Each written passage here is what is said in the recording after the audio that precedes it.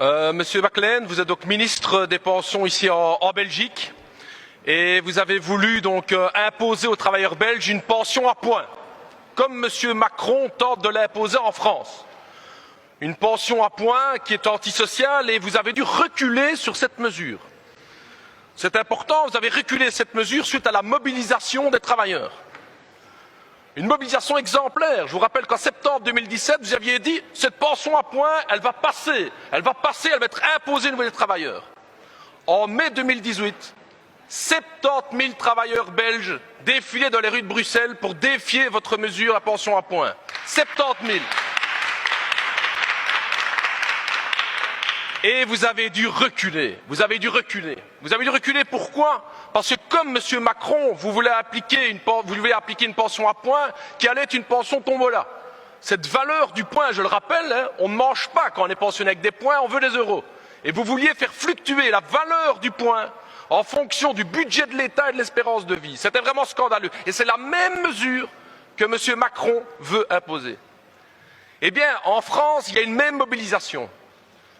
1,8 million de travailleurs ont manifesté en décembre. 36 jours de grève, chers collègues. 36 jours de grève en France contre la mesure de la pension à points par des mesures européennes qu'on applique en Belgique, en France et en Espagne. Aujourd'hui, 200 manifestations dans les rues de Bruxelles. Alors mes questions vont être très simples, monsieur le ministre belge des Pensions. Pouvez-vous nous apporter ici des conseils à monsieur Macron? Comment on fait pour reculer sur une mesure antisociale? Non, c'est vrai. Est-ce qu'on déchire la mesure? Est-ce qu'on l'enterre, monsieur le ministre? Est-ce qu'on en fait une boule ou on la jette à la poubelle? Expliquez un peu à monsieur Macron comment un ministre qui a une mesure antisociale recule sur une mesure devant une telle mobilisation. Je suis très content d'entendre votre réponse.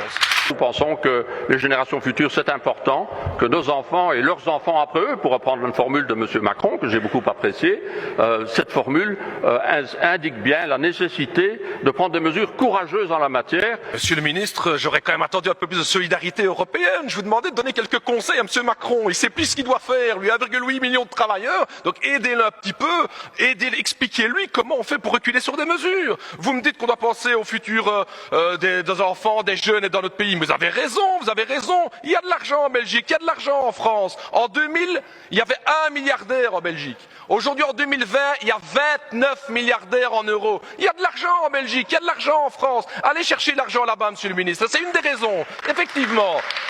Et c'est une des raisons d'ailleurs pour lesquelles cette lutte en France est importante, parce que contrairement à ce que vous dites, vous êtes tous en train d'appliquer en France, en Belgique, en Espagne, dans tous les pays européens, en Suède, en Allemagne, la même politique qui vise à faire travailler les travailleurs plus longtemps, alors que vous-même, comme politicien, vous avez des bons salaires et vous avez des bonnes pensions. C'est ça qu'il faut décrier et c'est pour ça que les travailleurs belges doivent mener un combat avec les travailleurs français pour aller chercher les victoires.